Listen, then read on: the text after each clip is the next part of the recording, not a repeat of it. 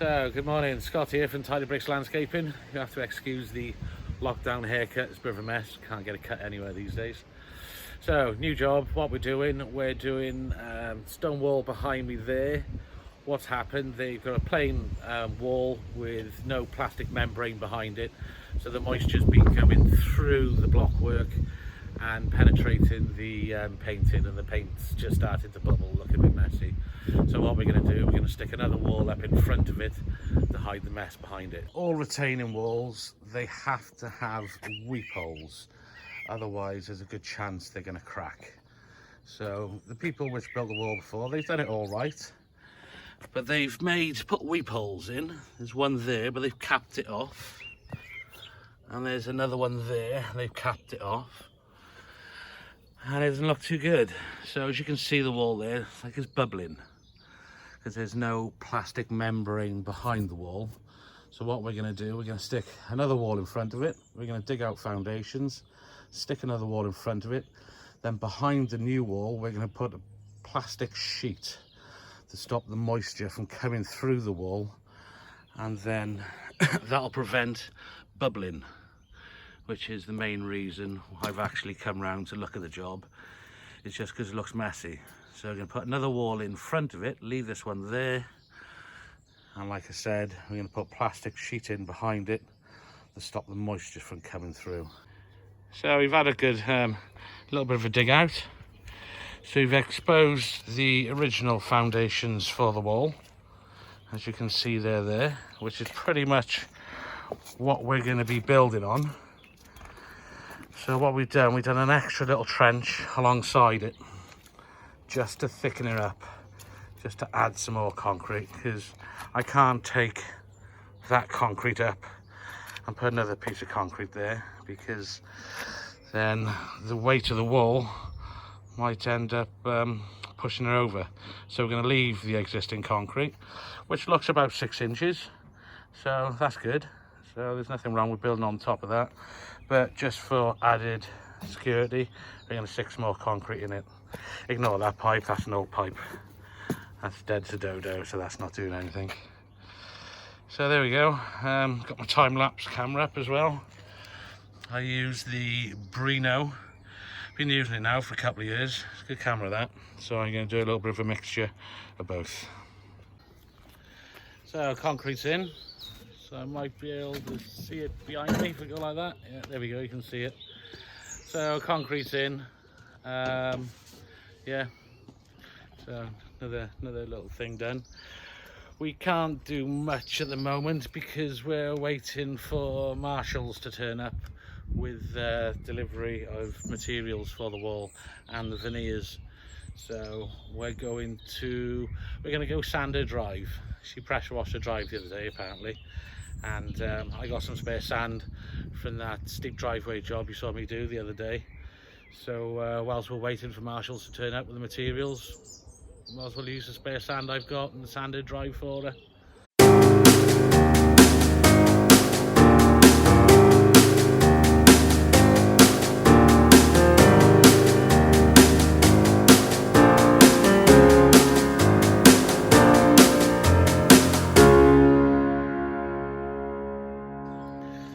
So, good morning, lovely sunny day here in Cardiff. And today we're going to be sticking the blocks down. These blocks don't go down with a cement bed, they go down with like a glue, because it's a non-cement block. It's tight joints. So I got the first course in the other day. I didn't want to bore you with that one, because that's just time consuming. So I've got it all set out now, and I'll spin the camera around now and I'll show you how we're actually going to glue them down. Okay, so there's the first course, as you can see. Yeah, so like I just said a second ago, these blocks aren't laid on cement bed. It's a tight joint. Tight joints looks much better. So what we're going to use for the glue, we're going to use good old Marshall's paving primer. It sticks everything down, it really does. And I got myself a roller. So I've made some of the glue up, and we're basically going to roll the bed out, and then we're going to stick the block to that. So that's how this procedure's done. So okay, Got the second course down. Just put the damp-proof membrane behind the wall. Probably a little bit on the overkill side because there's already one wall there, so it'd be hard for moisture to get through. But, you know, better be safe than sorry. If the first wall had the plastic behind it in the first place, it'd be fine. Right, okay, there's a couple of bits on the end I gotta put on, but I'll do that as I get to it. Okay, taking a bit of shape now. Got a couple of courses down. Now I gotta stick some wall ties on. And because this wall isn't a cement joint, the wall ties, I know they're only like 1 mil or something, 2 mil. But what I'm gonna have to do, I'm gonna have to mark out where I want it. There. And I'm gonna have to get my little grinder on it and just grind a little bit out, because otherwise that'll rock. It doesn't look much, but yeah, it's really tight joints, so even that's too much. So I just got to grind a little bit off, and then I can drill them to the wall. So ties in. Yeah, nice and flush now, so they're lower, so the actual block can go over the top and won't be a bump in it. And as soon as I use my screwdriver, electric screwdriver, run out of juice. So lesson learned, always make sure your screwdrivers are charged. So just in case some of you actually want to see one being laid, a nice helping, not too much, but just enough. I haven't taken it right to the front because as soon as I put the block on it, it'll squeeze it out over. So make sure I got some in where the perp would be when I tap the block into it. It should tighten up nicely. All right, let's grab a block. Okay. Prop that down, a couple little taps. Use the hammer. Make sure you tap it in. And because it's on a bit of a curve, you've got to kind of plumb as you go. So, let's set my level on there. Right, and hopefully you can see nice and plumb. So yeah, when you're laying on a curve, you obviously can't lay string line. So plumb as you go, but the first course, make sure it's level that way. Because when it's level that way with a tight joint, then it should always be plumb. So yeah, first course, most important. Right, too much talking, gotta start laying. So just coming to the end of the wall, all nice and level.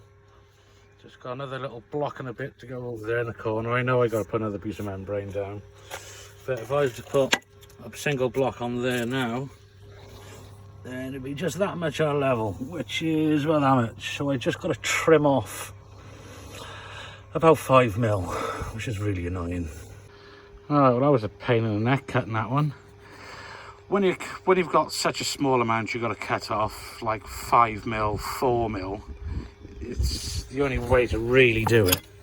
I needed to use my larger grinder for this, is to just to keep going back and forth, back and forth.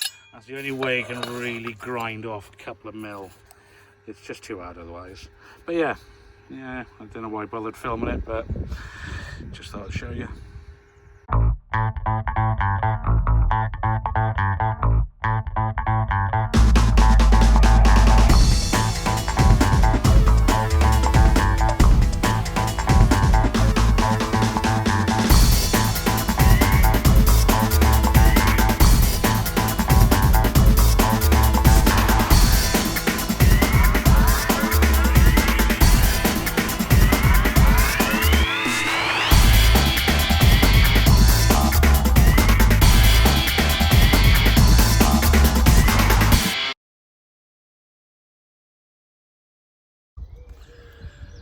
And back again Monday morning.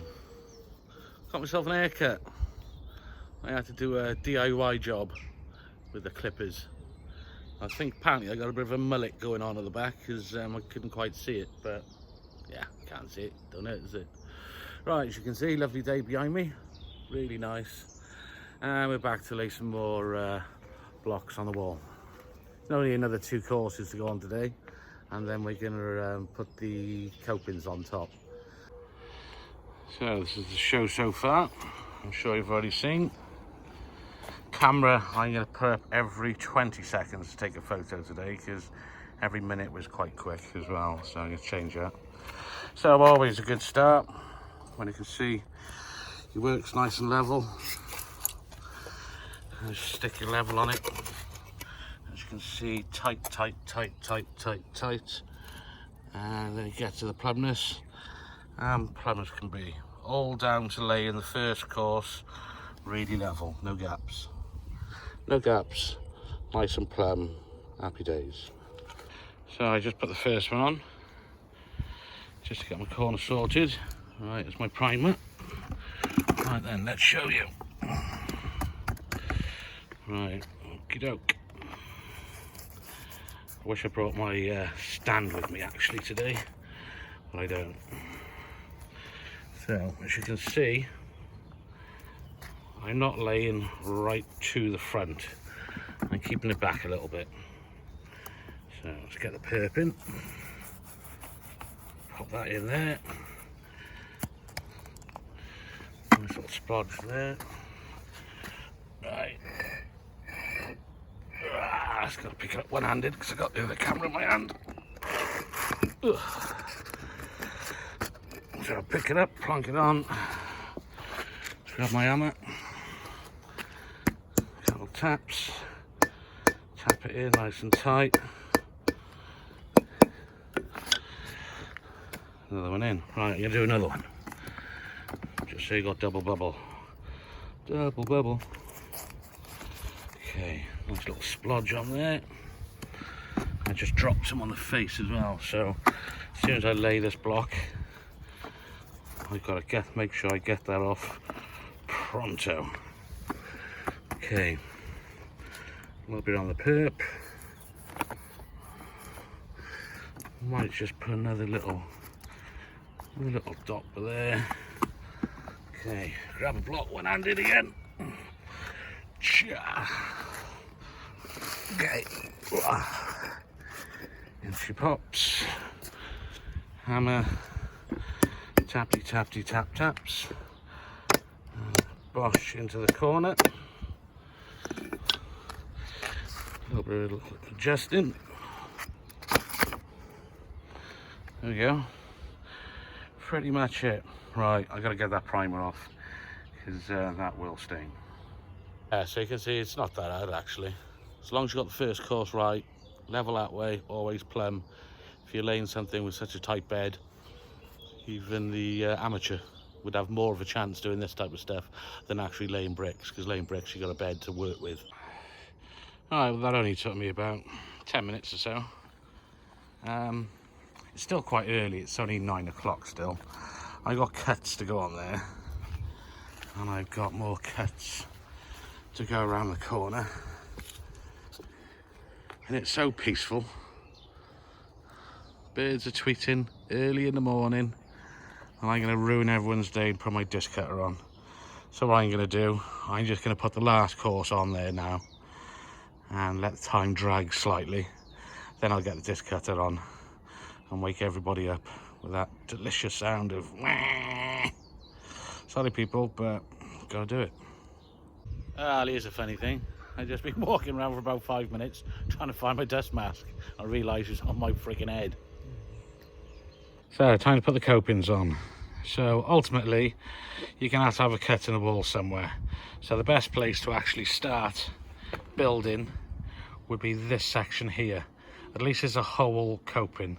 And if there's going to be a cut, it has to go into the wall, then the cut and go down there into the corner. But we don't want any possible small little crappy little cuts being really visual on show.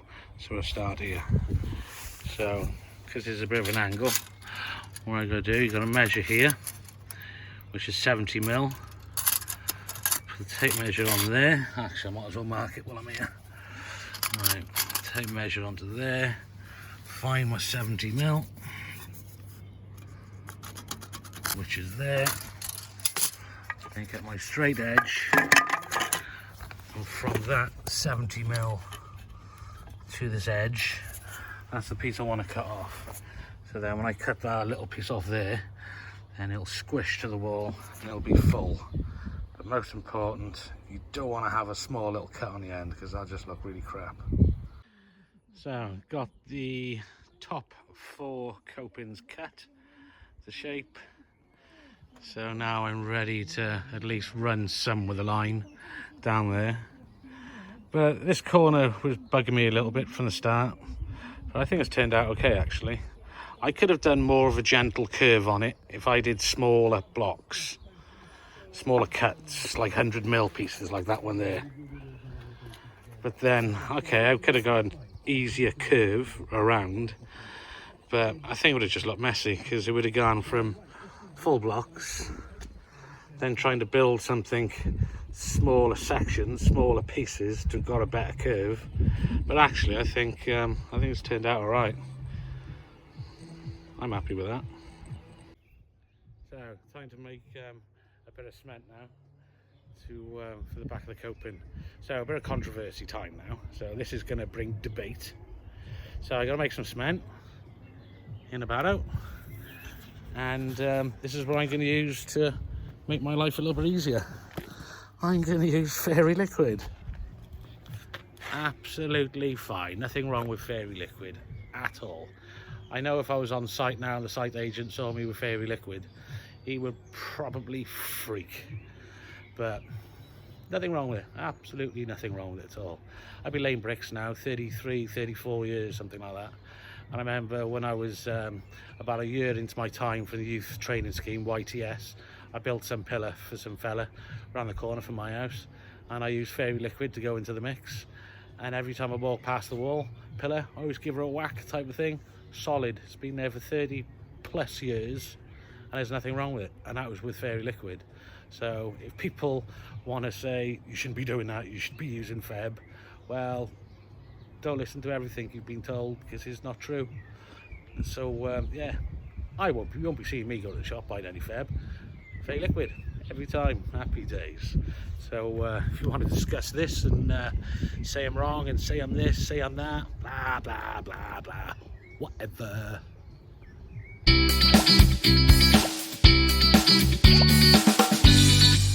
Okay, now the fairy liquid debate's over. Right, I got my string line on. Only small section of wall I can use a string line. So time for the copings. So cement to the back, cement on the perp, and what I'm going to do, I'm going to prime along here, prime the back of the slab, introduce, tap, wallop, bang, done. So let me see. Alright, okay, let me put the camera that direction and pick up, get the grout. Right, okay, so let's get some of this on there. Yeah, because I don't want to have a cement bed on the face, because there hasn't been a cement bed anywhere. So we're just going to go for the prime. Prime. So plenty there. Right. This is going to be a bit tricky though when I have to pick it up and lay it. Right, okay, so that bucket's going to have to go there briefly. Let me get a nice dollop on there, and another nice dollop there. Take away the bucket. Right, primer, brilliant, great for everything. And yeah, you've even got to prime these things, because otherwise they get loose. So a nice bit of primer there. So the Americans call it double buttering, because I lived in California once and done a bit of this stuff. So the primer, which is on the back of the slab, that's going to sit really nicely to the cement and stick. And this is my double butter. I got some on there as well. So pick that up, wang her on there, tap it down, make sure it's nice and level like that one. I'm not going to be able to do this bit with a camera in my hand. But I might be able to prop it up. Bear with me. What can I use to prop it up? I can use a slab. Right, seems to be, whoop, hang on Betty. Right, okay, she's on. God, they're heavy.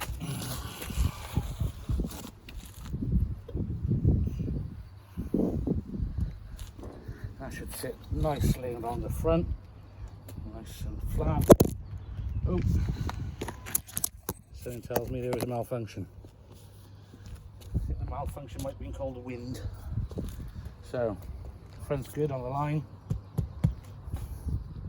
Get around about where I want. Wang the old level on it. Tappy tappy tappy tap. Bosh it that way. Voila. So, if I can pick this up again now.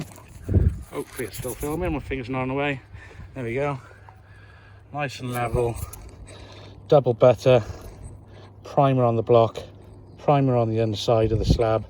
Two of them together. Fit well. So, I don't think I have to show you how to do that again, do I?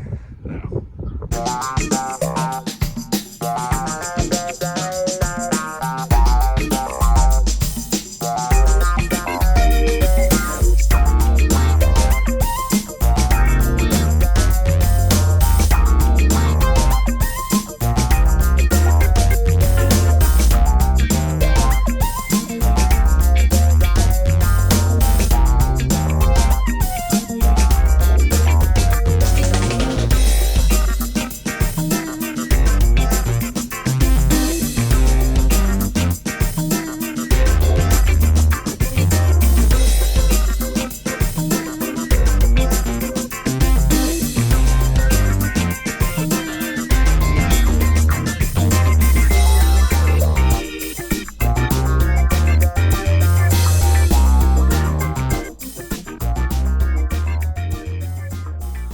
Now we just got to core some holes in the wall.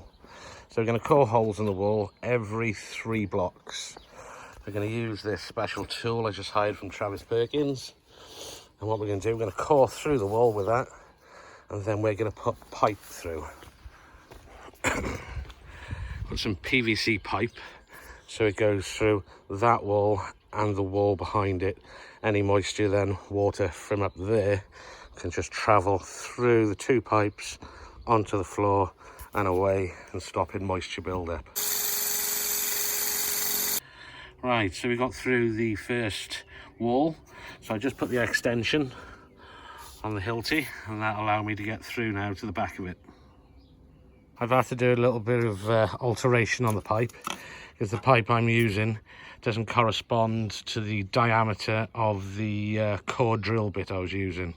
So I've had to take a little chunk off the top, which allow me to squeeze it together to get a smaller circle. But as long as I install it upright like that, any water which comes from behind the wall will still be able to travel along there, the bottom side of it, and not get any issues. So I've retrofitted the pipe.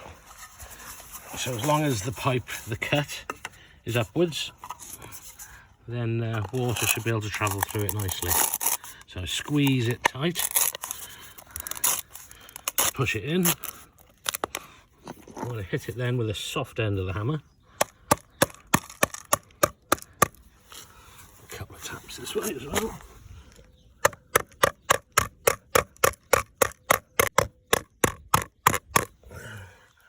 There you go, 1 pipe fitted. So that should work nicely.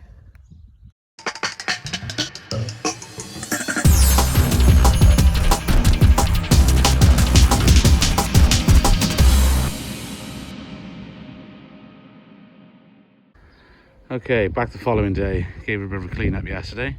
So you can see wall's completed. The weep holes have been cored. So we've got weep holes in the wall, damp-proof membrane behind it to stop moisture from coming through. It's pretty much good to go. So yeah, that bit's finished. This corner here which did worry me slightly originally, how good it would look. I think it looks pretty damn good actually. So, job done, happy days. So yeah, retaining wall. 2 key points on retaining walls. Weep holes, you've got to have weep holes, let the moisture out, otherwise you get water build up behind the wall and then that can cause it to crack. And then the other thing then is damp proof membrane to stop moisture from coming through the wall. So yeah, those were the main things we had to do on this job to rectify the problem which was already there. So that's it, me done, get me out of here. It's been a bit of a long video this one, about 40 minutes, but you know, I think I've covered a lot of the points for people to pick up on. So if you enjoyed the video, like and subscribe, and I'll catch you on the next one. So, as we say in Wales, Iechyd